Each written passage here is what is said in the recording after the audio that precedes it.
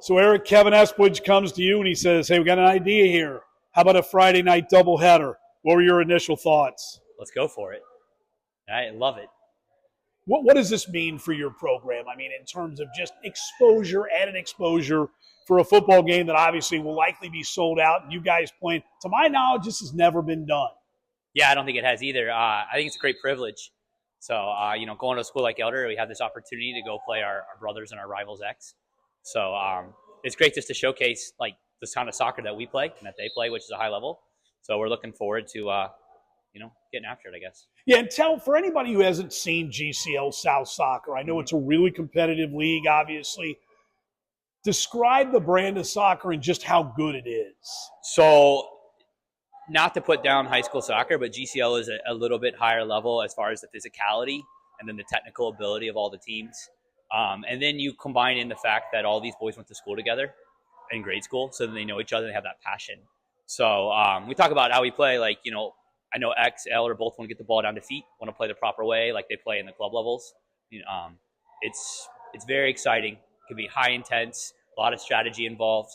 It can look a lot closer to what you see on TV as opposed to some high school matches that are just more long direct. So this starts the second half of the GCL South season for you. I know they got you 2-0 in the first match. Mm-hmm. What needs to happen different on your end to make this one go a different direction? Well, we just got to be bigger in moments.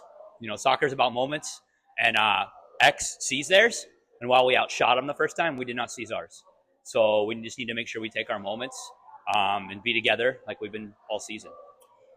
A bigger night, a platform, using this for mental health awareness too, both all night.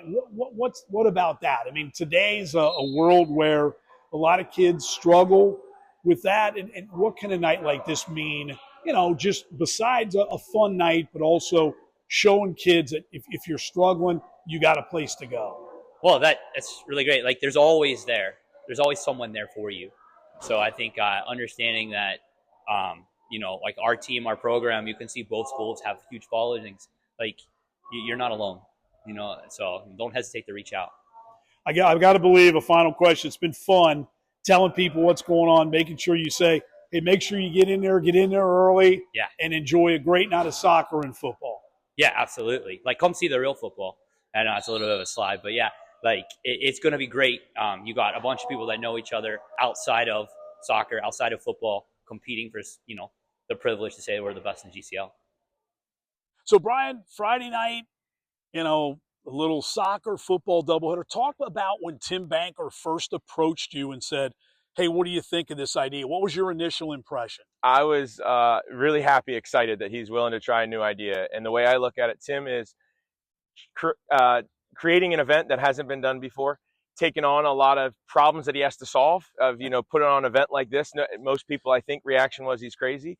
And all of that he's taken on to try to highlight, get a chance to get a lot of people into a soccer game, highlight our whole sports program, not just the big game of football. So I was thrilled that he's willing to take on a challenge and try something and see how it goes. To my knowledge, and I've been around a long time, I've not known this occurring on a Friday night in a big stadium like this ever before. Nope. How excited are your kids, and how excited do you expect them to be Friday night? I expect them to be excited. We were talking before, our schedule's challenging. So we haven't spent any time talking about Friday night. We've had to worry about the previous game. So now our attention turns to Friday. A little different rhythm to this week. We get a little bit more time to be ready for the GCL match, but they will be hyped up. I'm excited. Campus will be buzzing, getting a lot of activity going. I'm hoping that we get people in the stands. They take the opportunity. Yeah, come a little bit early to see the team and just make it a great environment of high school soccer preceding a high school football game. It should just be a great night. Well, you mentioned your program and your schedule because it's kind of been your formula every year to play the best. And as you put it, we were just talking earlier about play teams that you might expect to see in the postseason, which has led to some postseason success. So you've got Cleveland St. Ignatius, you've got West, you've got Centerville, you've got Mason, and then, of course, you've got the league. Has that always been your formula from year one? Is that always what you've done? And you have to believe it's paying off. Yeah. So right when I became the head coach, the GCL switched. So we used to play the whole GCL. So it was 11 games of our schedule. So right as when I came in head coach, there was new freedom to cultivate an off-season, out of league schedule that we hadn't before. And so when putting that together is, well, let's focus our schedule to get ready for the tournament. So we try to play the best teams in the city. We play the top 3 out of Dayton, whether a scrimmage or regular season. I always play at least one of the better teams out of Columbus, and we get St. Ignatius and Walsh and Johns out of the north. So it was intended, let's get ready for the tournament. So there has yet to be a time where we, in my time as a tournament game, where we didn't know what we were getting into, and we weren't confident because we've already either seen or played a close comparable to that team. Paid off. Well, we want to get to the top. We haven't stood on that top podium at the end, and we finished on a win.